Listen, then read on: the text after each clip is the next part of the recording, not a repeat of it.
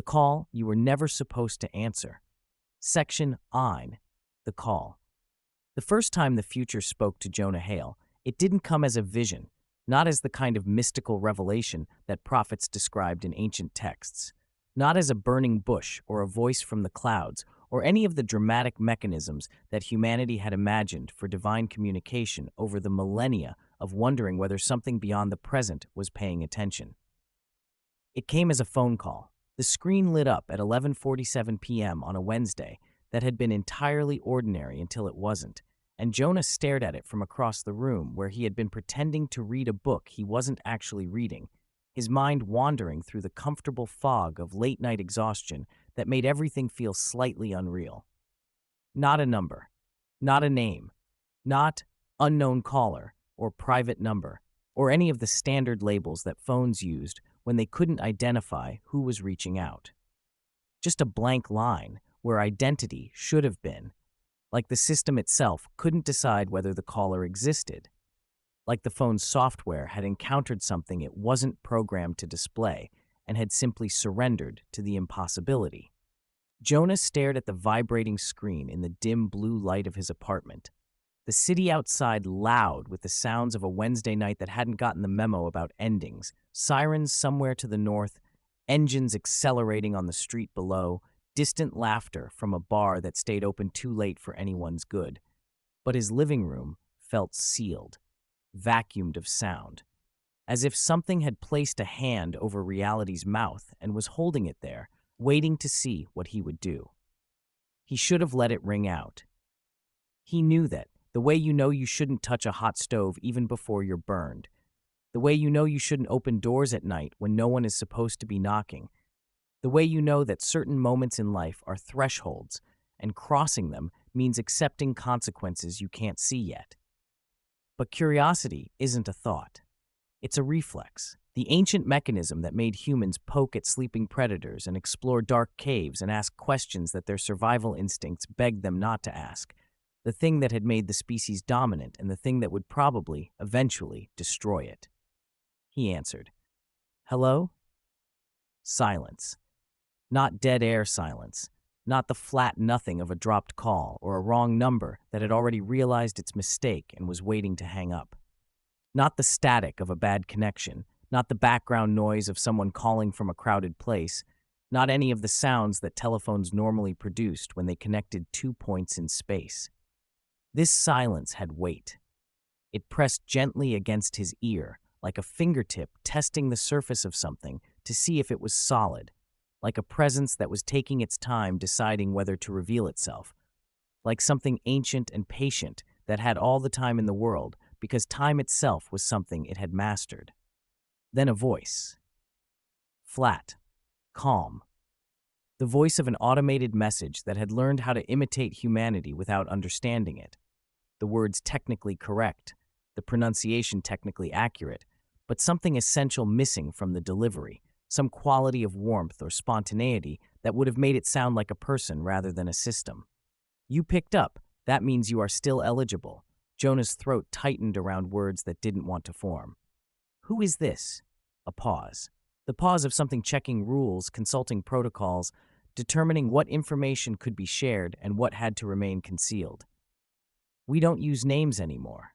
The line crackled, not with static, not with the electrical interference that bad connections produced, but with something that sounded almost like paper being folded, like reality itself was adjusting to make room for this conversation, like the fabric of what was possible was being gently creased to allow something impossible to pass through.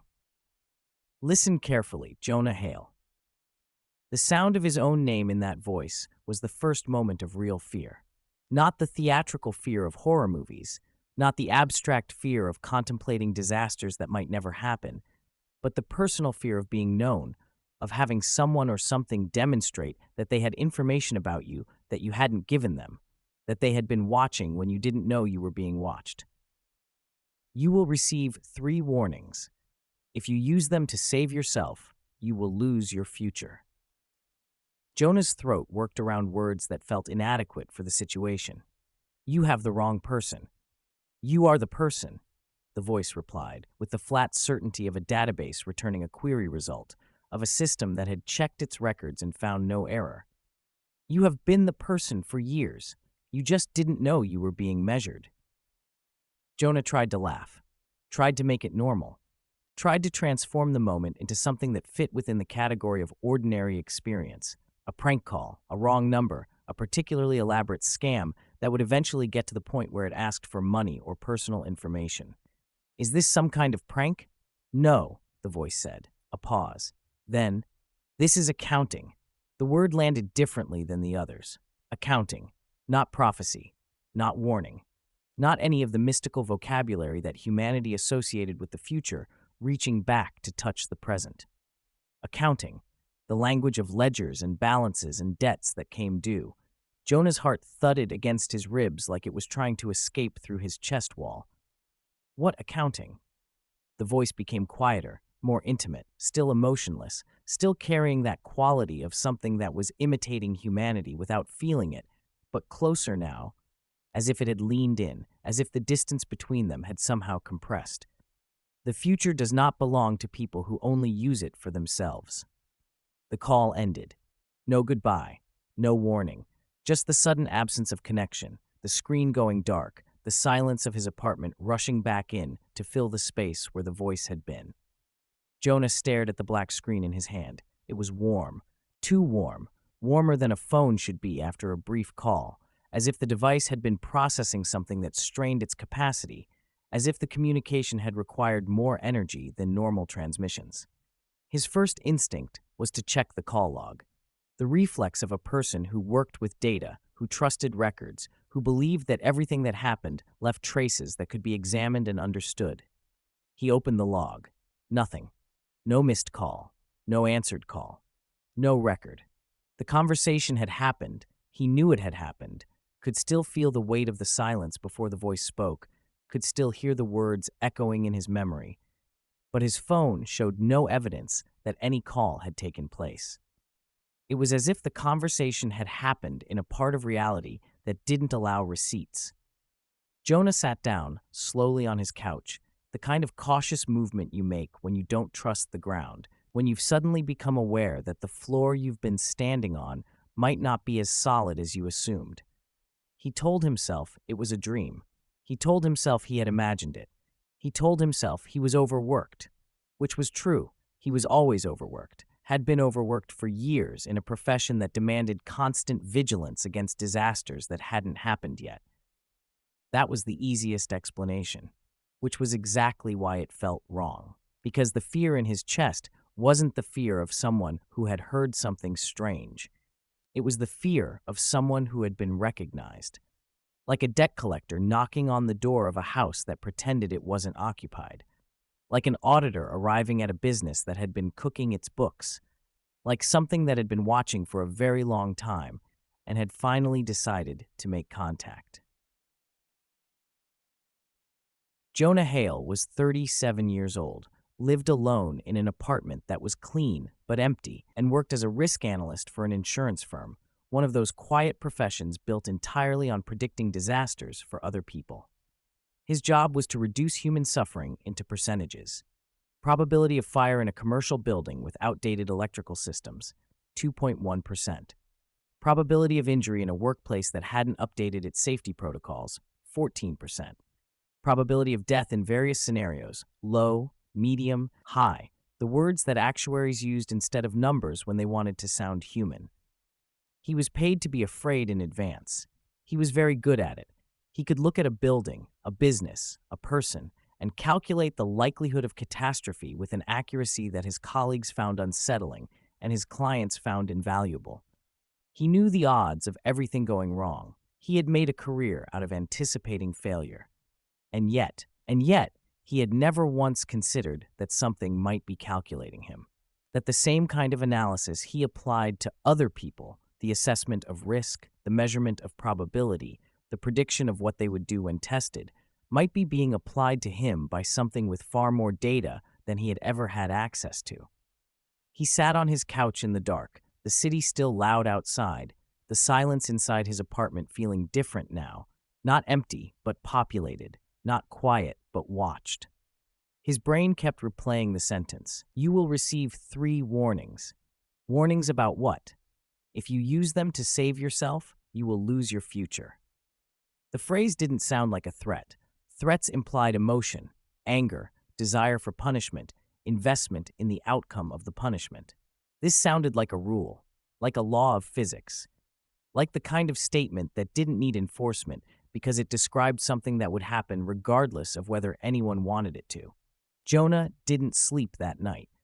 He sat in his living room with all the lights on, watching the windows as if something might appear there, checking his phone every few minutes, as if the call log might suddenly populate with evidence of what had happened. Nothing changed. Nothing appeared. The world continued operating according to its normal rules. But Jonah knew, with the certainty that comes from being recognized, from being seen by something that had no business seeing you, that the rules had changed, for him specifically, in ways he didn't yet understand. And the only thing he could do was wait for the first warning to arrive. Section 2. The Warnings.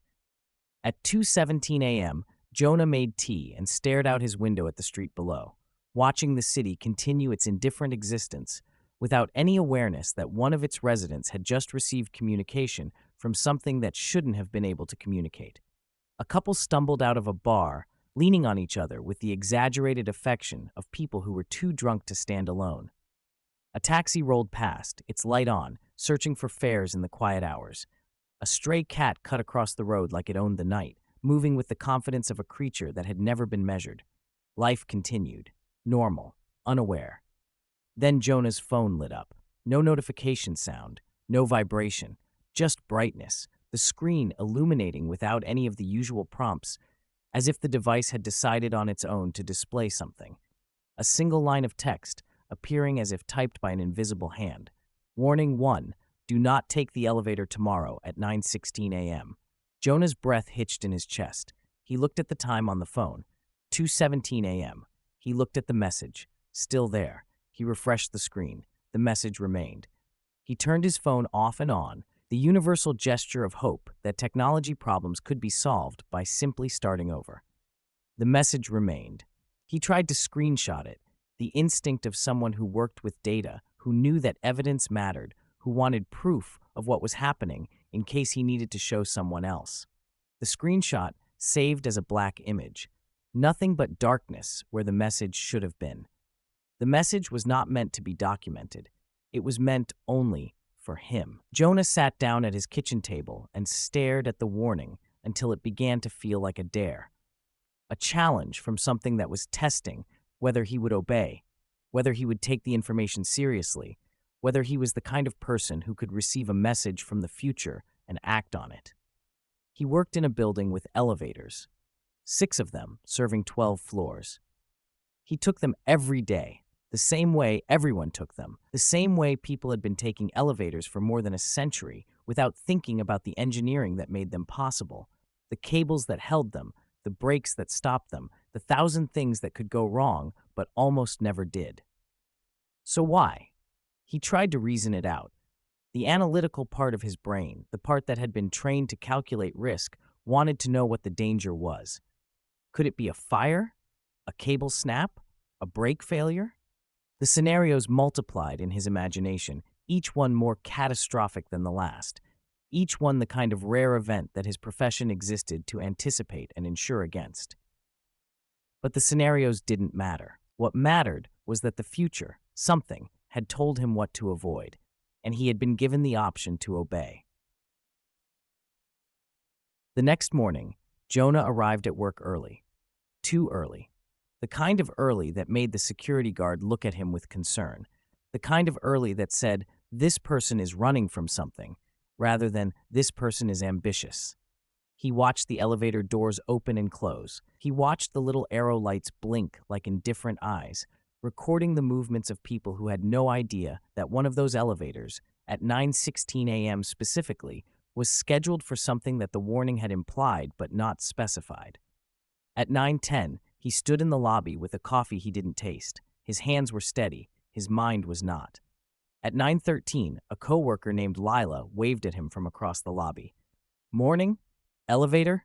She was in her 20s, young, bright, kind, the kind of person who talked like life was still generous, who hadn't yet learned to treat every interaction as a potential liability, who believed that the future was a place where good things happened if you worked hard enough.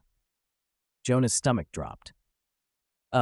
He said, the sound of a brain trying to manufacture a response that wouldn't sound insane. I'm going to take the stairs. Trying to be healthier. Lila grinned. The grin of someone who thought this was a normal conversation. The grin of someone who had no idea what was about to happen. Love that. I'll join you. No, Jonah blurted. Too fast, too emphatic. The word came out with a force that surprised both of them. Lila blinked. Jonah forced a smile that felt more like a grimace. I mean, my pace is embarrassing. You'll regret it. Lila laughed. The laugh of someone who found his awkwardness charming rather than alarming. Fair, she said. She stepped into the elevator.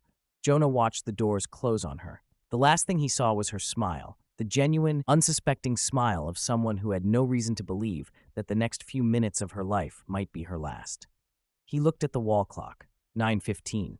He waited for something to happen, a scream, a crash, the sound of metal failing, anything that would justify the fear that had been building in his chest since 2:17 a.m. Nothing happened. The elevator went up. The number above the doors climbed. 2, 3, 4. Jonah exhaled, shaky with relief that felt almost stupid, relief that made him wonder if he had imagined the whole thing, if the call and the warning had been some kind of stress-induced hallucination.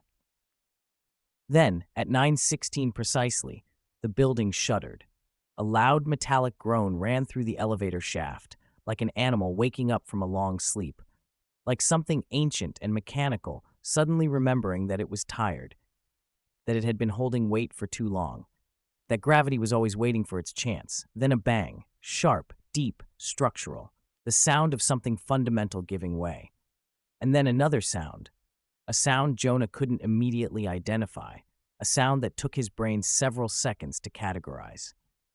It was the sound of people realizing they were falling. Screams erupted from above, traveling through the ceiling vents, through the walls, through the structure of a building that suddenly felt less solid than it had moments before. The elevator display blinked nonsense, numbers that made no sense, symbols that shouldn't have been possible. Lights flickered. Someone on another floor shouted, "Elevators down!" Jonah's legs went weak. He grabbed the stair railing to keep himself upright. His brain tried to compute what was happening, tried to fit it into a model, tried to reduce it to the kind of calculation he made every day at work. Cable failure, brake failure, overload. The words appeared in his mind like entries in a report, but the words didn't matter. Lila. He ran up the stairs 2 at a time, his lungs burning, his heart hammering, his body operating on autopilot, while his mind tried to catch up with a reality that had suddenly become unrecognizable. He reached the 3rd floor and saw a crowd forming by the elevator doors. Security, panicked employees, the building manager speaking into a radio with a voice that trembled despite his attempts to sound professional. Jonah shoved through. Who was in it? He demanded. Someone looked at him like he was insane. 6 people, the manager said. It dropped. God, it dropped. Jonah's throat went dry. Any survivors? The manager swallowed. The swallow of someone who didn't want to answer, who knew that the answer would be bad regardless of what he said. We don't know yet. Jonah stood there, shaking. Not from cold, from the realization of what had just happened. He had saved himself. But he hadn't saved them. And the warning that had arrived at 2:17 a.m., the warning that had told him exactly what to avoid, hadn't told him to save them. It had told him not to take the elevator. It had given him information that was sufficient for his survival and nothing else. He felt the first crack of the real horror. The future wasn't trying to protect him. It was testing him, testing whether he would use the information for himself alone or whether he would find a way to use it for others. And he had passed the test in the worst possible way. He had saved himself. He had let them fall. That night, Jonah sat in his apartment with all the lights on. The darkness felt hostile now, not empty but watching, not quiet but judging. He kept refreshing news sites. The report was vague, the way early reports always were, mechanical failure, injuries, one fatality confirmed, others in critical condition. One fatality. One person who had been alive at 9:15 and was dead at 9:17. One person whose death had been predicted to Jonah specifically, delivered to him like a gift he could have shared but hadn't. He tried to call Lila. Her phone went straight to voicemail. He left a message that sounded insane even to him. "Hey, it's Jonah. Just call me back, okay? When you can." His phone buzzed. A new line of text appeared. Warning 2. At 7:42 p.m. tomorrow, you will hear someone begging. If you walk away, your name will be marked. Jonah stared at the words. Marked. The word had a weight to it, a religious weight, a stamp, a brand, the kind of word that implied permanent consequences, the kind of label that couldn't be removed once it was applied. He typed back, his fingers moving before he could think. Begging where? Who? No response. The screen remained dark, the message remained visible, and no further information was provided. He felt sick. This wasn't like the elevator. The elevator had been a simple choice, stairs or elevator, presence or absence, survival or death. This was different. This was moral. This was human. And Jonah knew himself well enough, had known himself well enough for years, had observed his own patterns with the clinical detachment of someone who analyzed behavior professionally to know what he would normally do. He would avoid it, not because he was cruel, not because he wanted other people to suffer, but because he was tired, because he was busy, because he was overloaded with the constant low-level anxiety of his profession, the never-ending parade of catastrophes that he was paid to anticipate. Because he had learned, like most adults, to treat other people's emergencies as background noise, to walk past the homeless, to ignore the screaming, to assume that someone else would handle whatever was happening, because handling it himself would require energy he wasn't prepared to spend. He had told himself that was survival. Now the future was calling it something else. At 7:30 p.m. the next day, Jonah left his building and walked with no destination. He had considered staying home, had considered hiding from whatever was about to happen, avoiding the situation entirely, proving that he could refuse to participate in a test he hadn't agreed to take. But the warning had been specific. 7:42 p.m., someone begging. If he didn't encounter the situation would find him. He walked through streets that felt different than they had before, not because the streets had changed, but because he was looking at them differently now, seeing them not as background, but as potential locations for something that was about to matter. At 7:40, he was on a side street near a convenience store. A man sat on the curb, shoulders hunched, face hidden by his hands. The posture of despair, the body language of someone who had run out of options. Jonah slowed. The man lifted his head. His eyes were wet and desperate. The eyes of someone who had been crying, who had stopped crying only because crying wasn't helping, who was operating on something beyond emotion, something closer to animal need. "Please," he said, his voice breaking on the word, cracking in the middle like something fundamental had come apart. "Please, my kid's in the car. She's not breathing. I called and called. No one's coming. I need help. Please." Jonah froze. His first instinct was suspicion. Scams existed. Tricks existed. People lied, especially in cities, especially to strangers, especially when they wanted something they weren't entitled to. But the man's trembling didn't look performed. The way his voice collapsed on please didn't sound like acting. The tears on his face weren't the kind that could be faked. They were the tears of genuine terror, of a parent watching their child die and being unable to do anything about it. Jonah looked past him, a parked car, a small shape in the back seat, motionless. Jonah's lungs forgot how to work. He checked the time on his phone, 7:42. This was it. This was the moment the future had described. He could walk away. It would be easy. It would be what most people did. Most people who had places to be. Most people who assumed that emergencies were someone else's responsibility. Most people who had learned that getting involved meant getting complicated. And then his name would be marked, whatever that meant. However, that would manifest. His name would carry a label that he couldn't remove, a designation that would follow him into whatever future remained available. Jonah ran to the car. The child's face was pale, lips slightly blue, the color of oxygen deprivation. the color of a body that was shutting down. Jonah yanked the back door open and felt the air inside. Stale, hot, wrong. The kind of air that shouldn't exist in a car with a child in it. "Call 1112 again," he snapped at the father. "Put it on speaker. Tell them exactly where we are." Jonah didn't remember ever learning CPR. He had taken a class once, years ago, the kind of mandatory workplace training that everyone slept through because emergencies happened to other people. But his hands moved like they knew what to do. Press, tilt, breathe, press. The father sobbed into the phone, begging the operator in broken sentences that barely qualified as language. Jonah kept pressing. His arms ached, his shoulders burned. Seconds passed like years. Then the girl coughed, a wet, violent sound. The sound of lungs remembering what they were for. She inhaled sharply, gasping, choking, but inhaling, like the world had returned to her, like the darkness she had been falling into had suddenly released its grip. Jonah almost collapsed with relief. The father made a sound that wasn't words, something between a sob and a scream, something that communicated more than any vocabulary could have managed. The sirens arrived 5 minutes later. To Jonah, it felt like eternity and nothing at all. As the paramedics loaded the girl onto the stretcher, one of them glanced at Jonah. "Good work," she said. Jonah's hands were shaking so badly he couldn't answer. He stumbled back as the ambulance drove away, its lights splashing blue against the walls of the alley, its siren fading into the distance of a city that was mostly unaware that a life had just been saved. He looked down at his phone. A new message appeared. "You did not walk away. Your name remains unmarked." Jonah exhaled, a shaky, trembling exhale that felt like it had been held for hours. Then the screen changed. "Warning 3 will not arrive as a message. Warning 3 will arrive as a question. Your answer will decide who gets to keep tomorrow." Jonah felt cold, all the way to his bones. Who gets to keep tomorrow? The phrase didn't sound personal. The first warning had been about him specifically, his elevator, his building, his survival.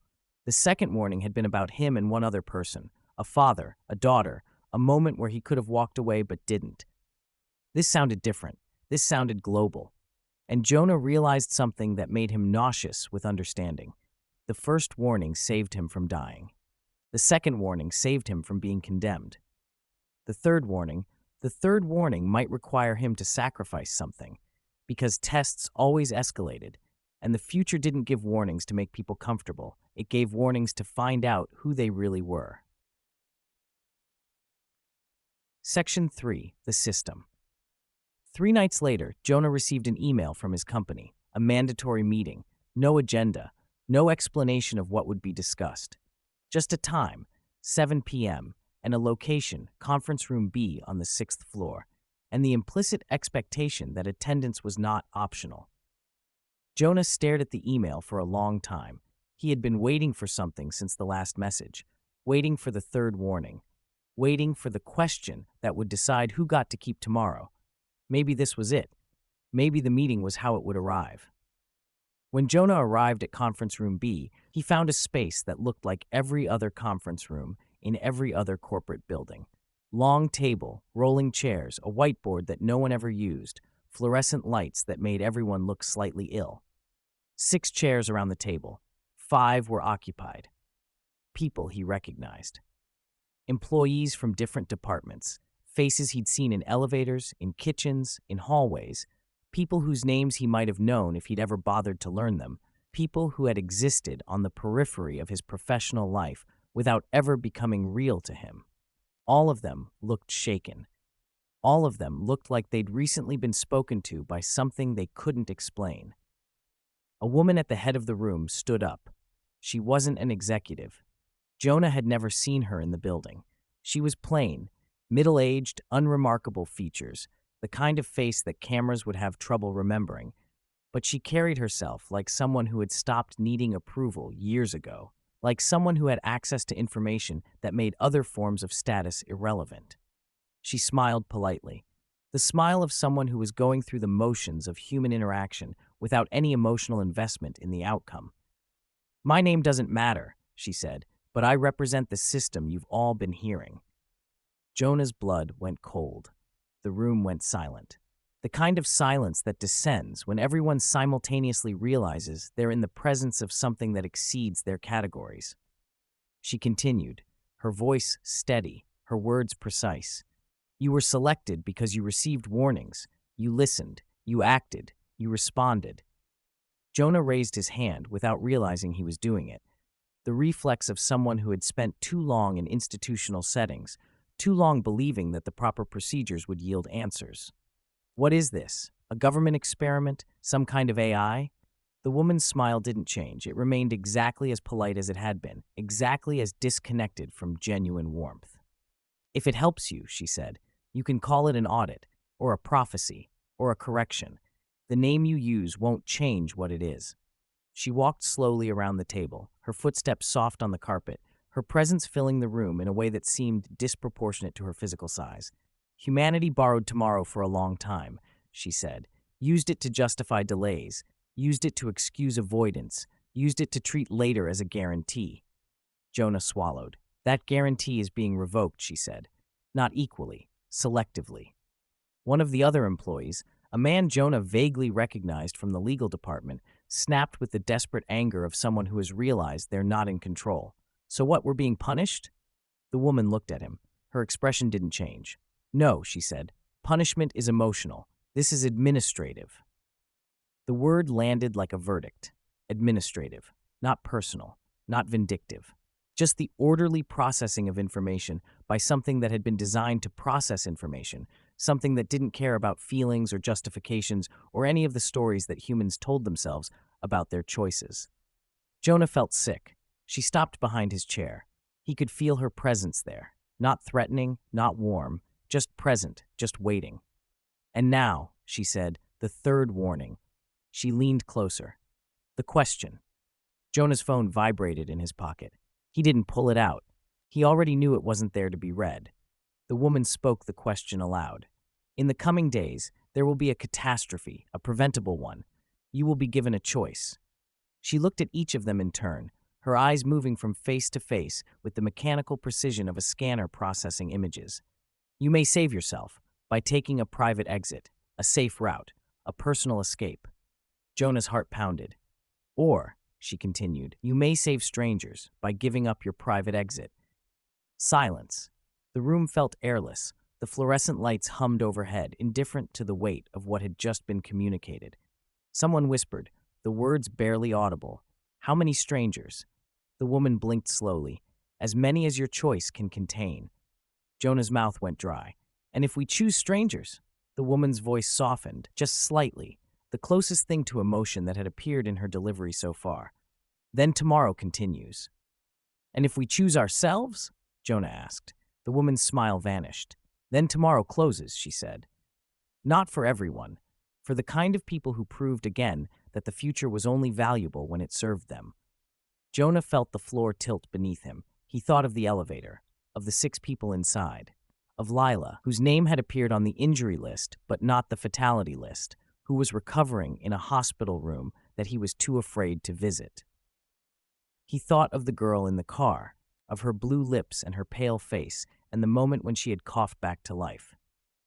He thought of all the times in his life he had chosen convenience over presence, all the calls he had let go to voicemail, all the visits he had postponed, all the moments when someone had needed something and he had calculated that his time was more valuable than their need. He had called it normal. He had called it survival. Now, something was calling it something else. The woman placed her hand on the table.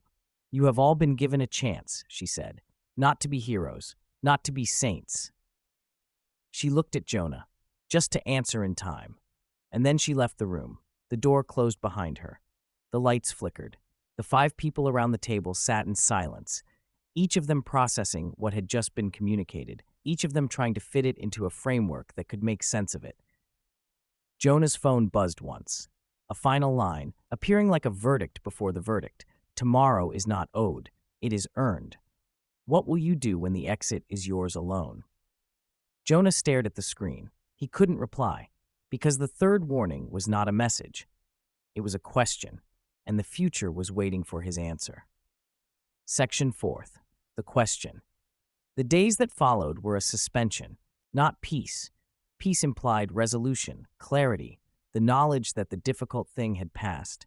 But suspension, the state of waiting for something that couldn't be rushed, something that would arrive on its own schedule, regardless of how much he wanted it to be over. Jonah went to work. He sat at his desk. He analyzed risk assessments that now felt absurd, calculations about disasters that might happen to other people when he was waiting for a disaster that he knew would happen and that he would be required to respond to. The question echoed in his mind. What will you do when the exit is yours alone? He tried to imagine the scenario. A fire, maybe, an explosion, some kind of emergency where there would be an obvious path to safety, a door, a route, a way out, and he would have to choose whether to take it or to give it up so that others could escape. But the imagining didn't help. He couldn't know what the catastrophe would be. He couldn't plan. He could only wait. On the fourth day, his phone lit up with a message that was different from the ones before. Not a warning. Information. Tomorrow at 2:47 p.m., the building west of your office. A fire will begin on the 3rd floor. The east stairwell will remain clear for 7 minutes. Jonah stared at the words. The building west of his office was an apartment complex. 12 stories, maybe 100 units. Hundreds of people living their lives without any idea that tomorrow afternoon would bring something they couldn't survive without help. The message continued. You will know when the 7 minutes begin. You may use them to escape, or you may use them to evacuate others. Then, hesitation is already an answer. Jonah felt the weight of the choice pressing down on him. 7 minutes. That was nothing. That was barely enough time to get himself out, let alone organize an evacuation of a building he didn't know, with people he had never met, through a stairwell that would become increasingly dangerous as time passed. But the alternative was using those 7 minutes to save himself, while people above him died in flames they hadn't seen coming. The alternative was proving one more time that his life was the only one he was willing to invest in. The message delivered its final line. The future records, it does not forgive. The next day, Jonah arrived at work early. He walked past his own building and stood outside the apartment complex, looking up at it. 12 stories of brick and glass and fire escapes that he now knew would not be enough, that would become clogged and overwhelmed when the fire started on the 3rd floor at 2:47 p.m. He tried to count windows, tried to estimate how many people were in there, how many would make it out on their own, how many would need help, how many would die if no one was there to direct them. He didn't have enough information. He couldn't calculate the odds the way he calculated them at work. He could only guess. At 2:30, he took his position near the east side of the building. The stairwell entrance was a heavy metal door, painted gray, barely visible from the street. He checked his phone. No new messages. The future had given him the information. What he did with it was up to him. At 2:45, he heard the first alarm, a shrill automated sound that cut through the afternoon air, the sound of smoke detectors doing their job, alerting a building that something had gone wrong. At 2:46, he saw the first window break. A plume of smoke escaped from the 3rd floor, dark and thick and wrong. At 2:47, his phone vibrated. One line. The 7 minutes begin now. Jonah looked at the stairwell door. He could open it. He could go up. He could find the people who were trapped on the upper floors. The ones who wouldn't know about the east stairwell. The ones who would be heading for the main exits. The ones who would be caught in the bottleneck of a building that wasn't designed for rapid evacuation. Or he could run. Could use the 7 minutes to get as far away as possible. Could save himself and tell himself later that he had done what anyone would have done. He thought about Leela, about the elevator, about how easy it had been to let her go without warning her. He thought about the girl in the car, about how close he had come to walking past, about how the future had been watching to see if he would stop. The question wasn't abstract anymore. It was here. It was now. And hesitation, the thing he had spent his whole life practicing, the thing he had called prudence and survival and common sense, hesitation was already an answer. Section F, the decision. Jonah opened the stairwell door. The sound of the fire alarm was louder inside, a constant, piercing shriek that made thinking difficult, that reduced the world to simple categories: safe and unsafe, up and down, stay and go. He ran up, not because he was brave, not because he had calculated that the odds favored intervention, just because running up was what he had decided to do, and once he had decided, the decision carried him forward like a current that he no longer had the energy to resist. Third floor. Smoke visible in the hallway, but not thick yet. He could breathe. He could see. He could still move. He started banging on doors. Fire! East stairwell is clear. Go now! An elderly woman emerged from one apartment, confused, moving slowly. He grabbed her arm gently but firmly. This way. Follow the stairs all the way down. She went. Fourth floor. More doors. More people. A young couple with a baby, already panicked, already heading the wrong direction. Not that way. The east stairs. Go now. They went. Fifth floor. The smoke was thicker here. His eyes burned. His lungs protested. Time was passing. 3 minutes gone, maybe 4. He couldn't check his phone while he was running. A family of 5, children crying, parents frozen with the paralysis of people who have too many choices and not enough time. The east stairwell. All of you. Go now. They went. 6th floor. Harder to breathe, harder to see. His body was telling him to stop, to turn around, to save himself, while saving was still possible. He ignored it. A man in a wheelchair, alone, unable to navigate the stairs without help. Jonah stopped. Can you get to the door? The man nodded, already rolling. I'll carry you down. Hold on to my neck. It took time, too much time. But they made it to the 5th floor, the 4th, the 3rd, past other people coming up. Past firefighters arriving too late to change what was already changing. Past smoke and heat and the specific smell of a building that was dying from the inside out. Ground floor. The man in the wheelchair was safe. Jonah stumbled out the door, coughing, eyes streaming, lungs filled with something that wasn't quite air. He checked his phone. 7 minutes and 12 seconds. He had exceeded the window. He had pushed past the boundary that the future had defined. He looked back at the building. Flames visible now in the upper windows. The smoke pouring out like the building was bleeding darkness. But people were streaming out of the east stairwell, dozens of them, maybe more. People who had survived because someone had told them where to go. Jonah collapsed onto the sidewalk. Not heroically, not dramatically, just the simple collapse of a body that had exceeded its limits and was now demanding rest. Around him, the city responded. Fire trucks arrived. Ambulances appeared. The machinery of emergency management engaged with the crisis in the way that machinery always engaged, systematically, efficiently, without any awareness that the crisis had been predicted, that one person had known what was coming and had made a choice about how to use that knowledge. Jonah sat on the sidewalk and waited for confirmation, waited for judgment, waited for the future to tell him whether what he had done was enough. His phone remained dark, silent, empty of the messages that had guided him to this moment. The future, it seemed, had no more warnings to give. Section 6. Ending. Silence. The days after the fire passed like dreams. Jonah was interviewed by police, by fire investigators, by journalists who wanted to know how he had known about the east stairwell, how he had been there at exactly the right time, how he had managed to evacuate people from floors that should have been unreachable. He gave answers that were technically true but not complete. I was in the area. I saw the smoke. I did what anyone would have done.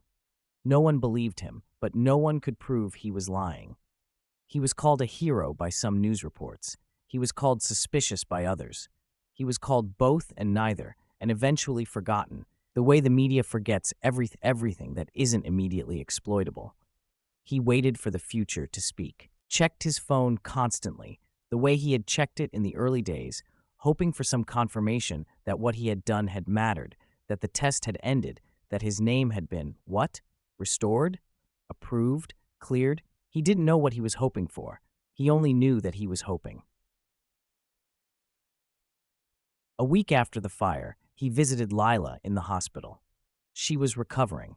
The elevator fall had broken her legs and fractured her spine, but she was alive and healing, and, according to her doctors, likely to walk again within a year. She smiled when she saw him, the same smile she had given him in the lobby, before the doors closed, before she disappeared into an elevator that would fail at 9:16 a.m. "Jonah, I heard what you did. The fire." He nodded, not knowing what to say. "You should have warned me," she said quietly, "about the elevator." The words hit him harder than anything the future had said. Because she was right. Because he had known. Because the warning had given him information that he could have shared, and he had kept it for himself. "I didn't know how," he said. A weak excuse. The worst kind of excuse.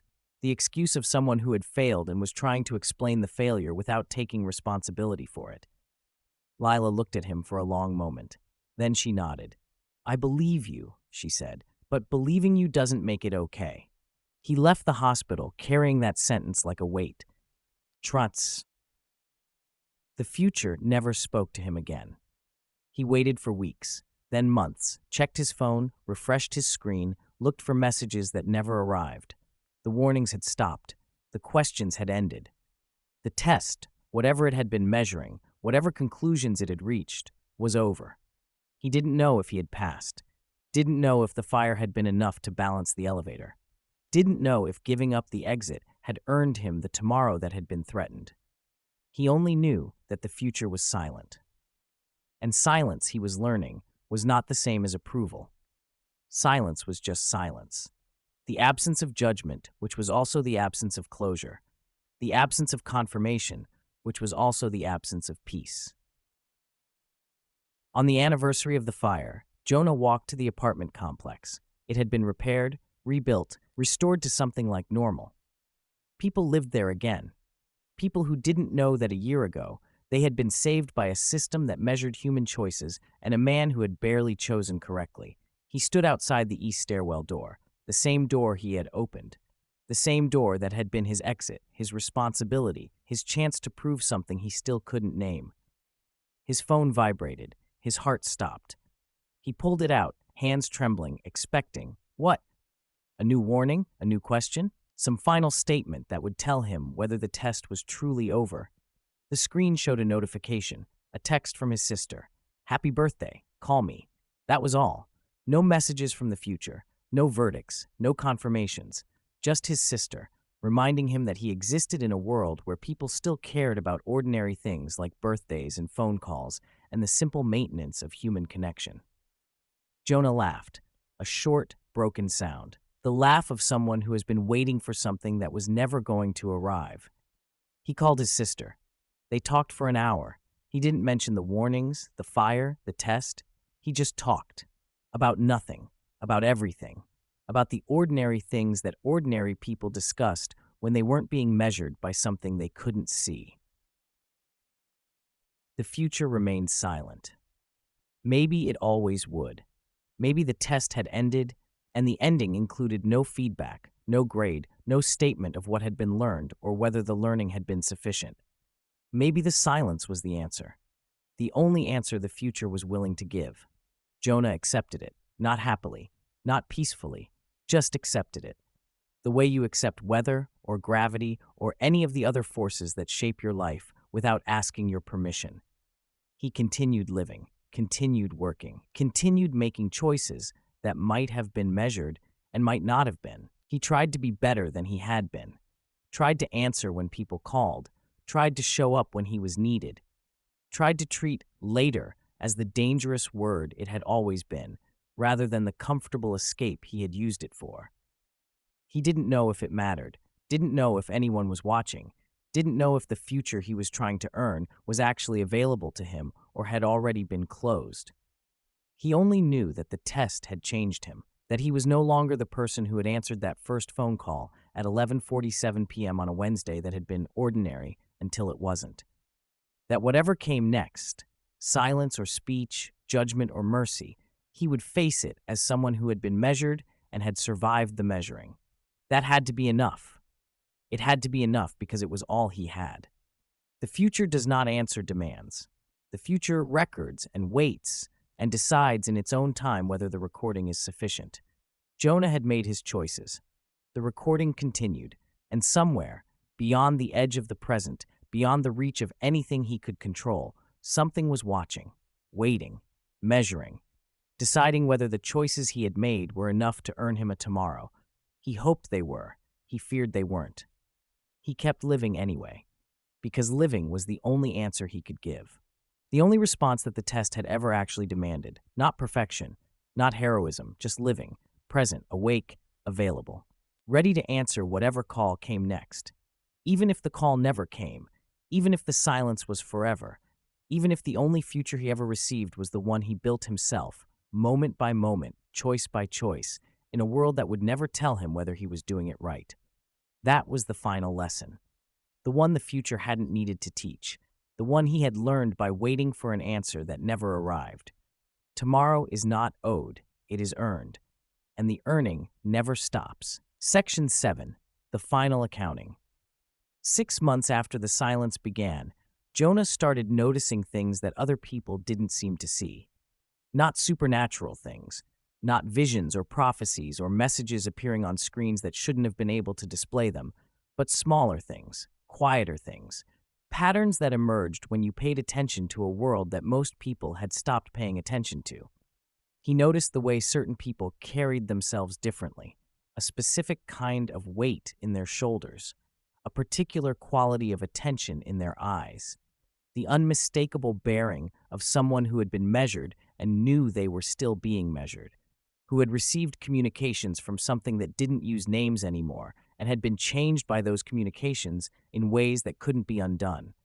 He saw them on trains, in coffee shops, walking through the city with the careful deliberation of people who understood that every choice was being recorded.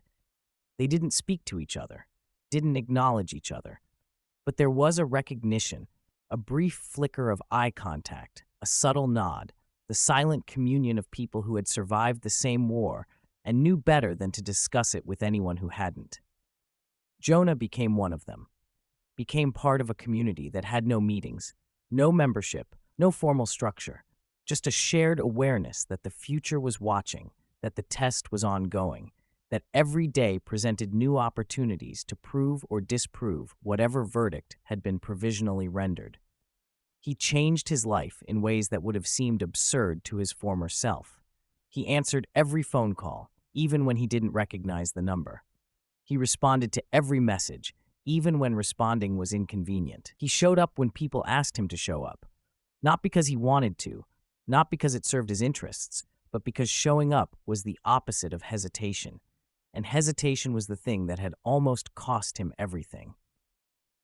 He visited his parents more often, called his sister weekly instead of monthly, reconnected with friends he had allowed to drift away, not with dramatic apologies or explanations, just with presence, the steady accumulation of moments that said, "I am here now," without promising anything about the future.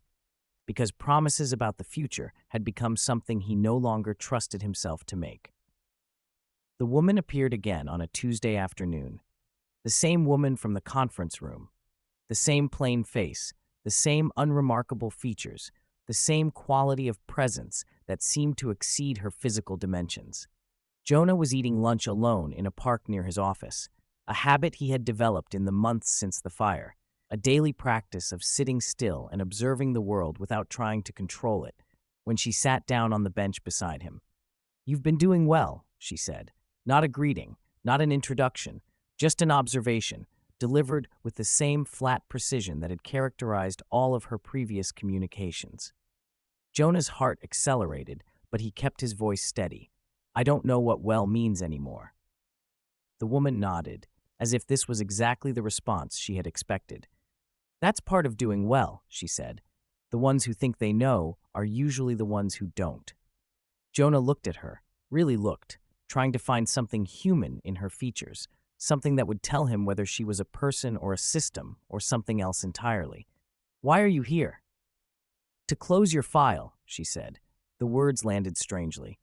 Close your file, the language of bureaucracy, the language of processes that had beginnings and endings, of cases that were opened and investigated and eventually resolved. "What does that mean?" Jonah asked. The woman turned to face him fully. Her eyes, which he had remembered as flat and emotionless, contained something now that they hadn't contained before.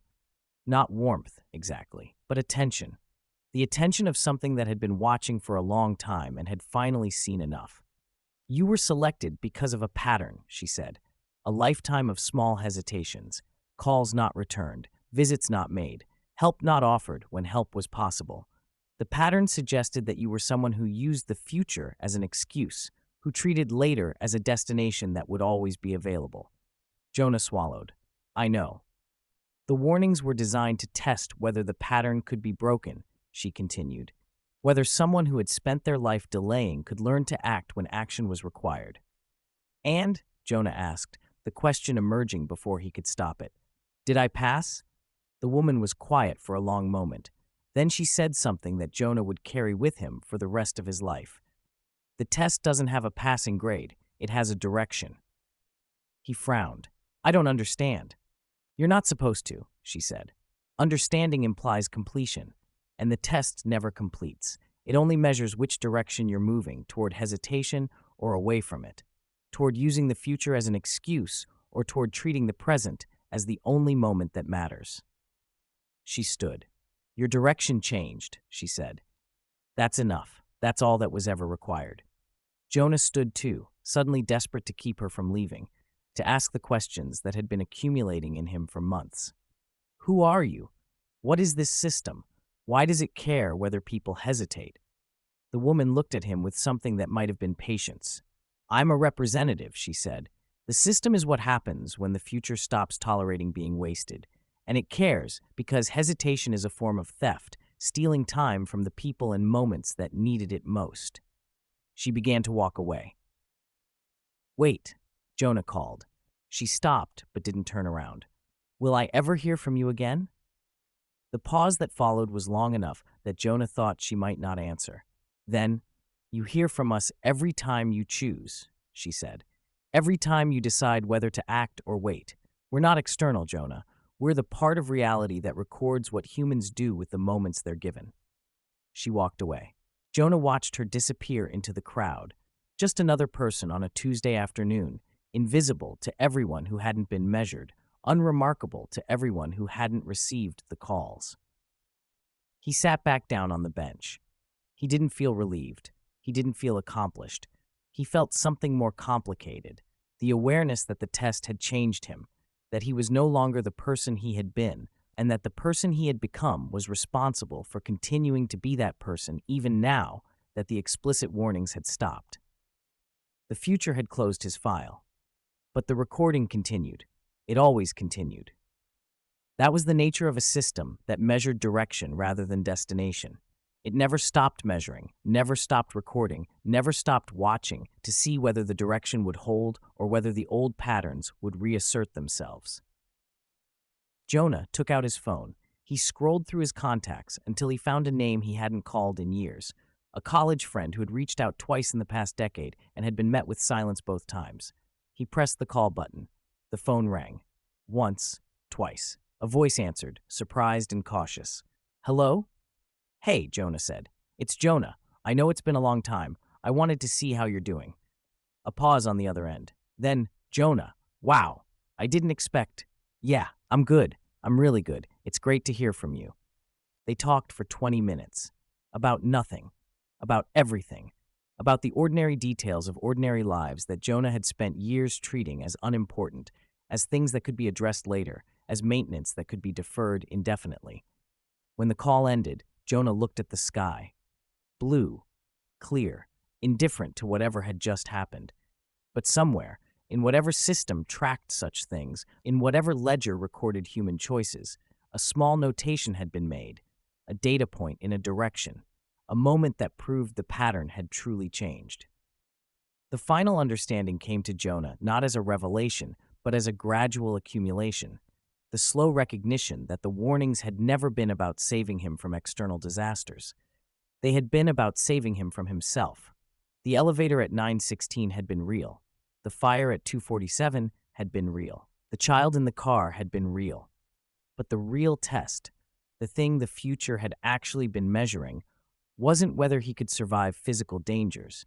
It was whether he could overcome the internal disaster that had been unfolding for years.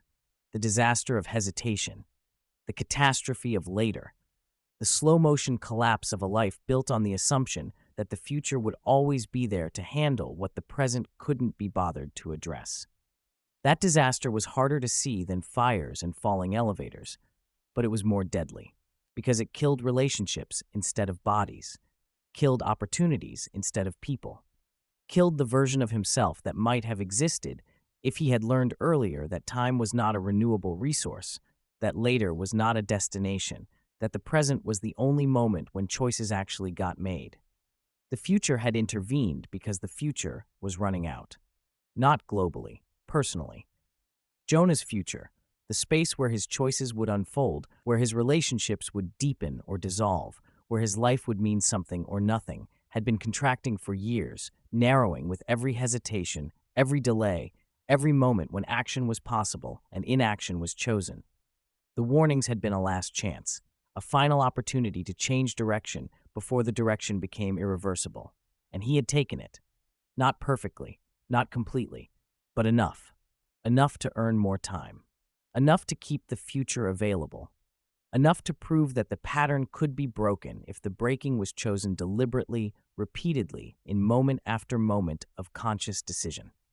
On the first anniversary of the phone call, Jonah wrote a letter. Not a letter to anyone in particular. A letter to himself. A record of what had happened and what it had meant and what he had learned from being tested by something that didn't use names anymore. He wrote about the fear, about the confusion, about the long nights of waiting for messages that might or might not arrive.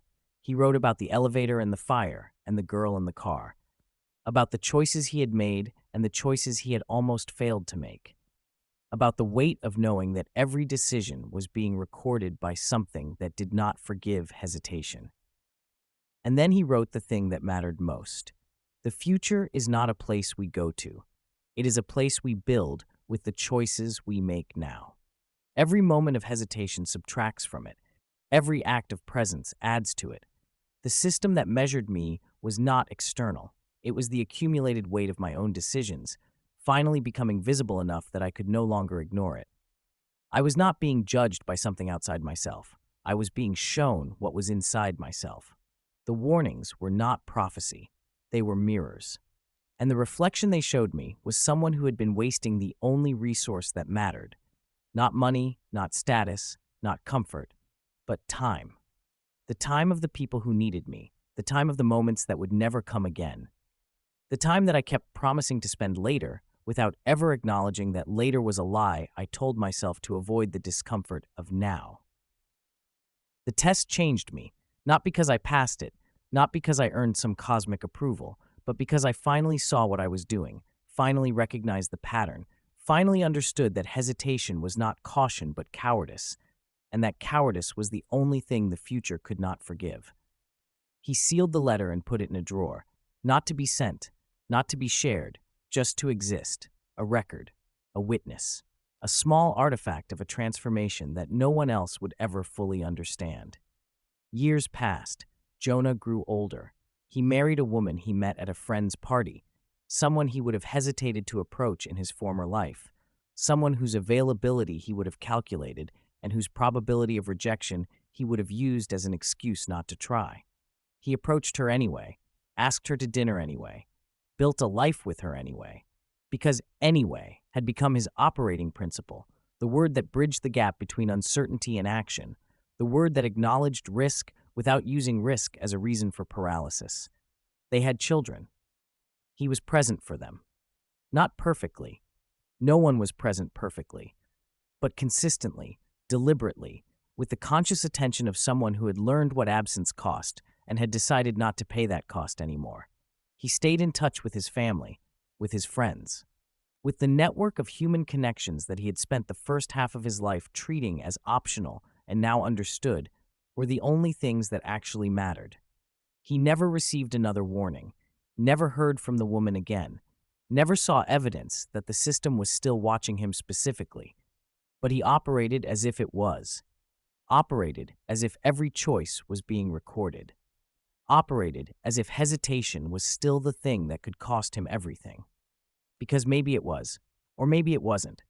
Maybe the system had moved on to other people, other files, other patterns that needed breaking. It didn't matter. What mattered was that Jonah had learned the lesson, had internalized the truth that the warnings had been trying to teach, had become someone who no longer needed external measurement because he had learned to measure himself. On the night before he died, an old man now, his children grown, his wife beside him, his life stretched out behind him like a road that had been walked rather than avoided, Jonah thought about the phone call, about the blank line where identity should have been, about the voice that had told him he was eligible for something he didn't understand. He understood now he had been eligible for a different future, a future where he didn't hesitate, where he didn't delay, where he didn't treat later as a destination that would always be waiting. And he had earned that future, not through dramatic heroism, not through cosmic intervention.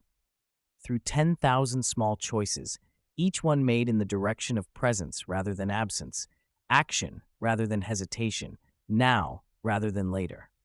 The recording was complete, the file was closed, and whatever system tracked such things, whatever entity had spoken to him through a phone call he was never supposed to answer, it had no more warnings to give. Because Jonah had finally learned to warn himself. The last thing he saw was his wife's face. The last thing he felt was her hand in his.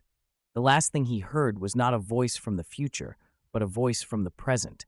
His daughter saying, "I love you, Dad," in the tone of someone who had been loved well and knew it. He closed his eyes, and somewhere, in whatever system recorded such things, a final notation was made. Not passed, not approved. Just this: subject learned, direction correct, file status complete, outcome a life fully lived. The future had nothing more to say. It had never needed to say much, just enough to change a direction, just enough to break a pattern, just enough to show one man that the only test that ever mattered was whether he would stop waiting for a better moment and finally realize that every moment was the moment. The phone call had been an intervention.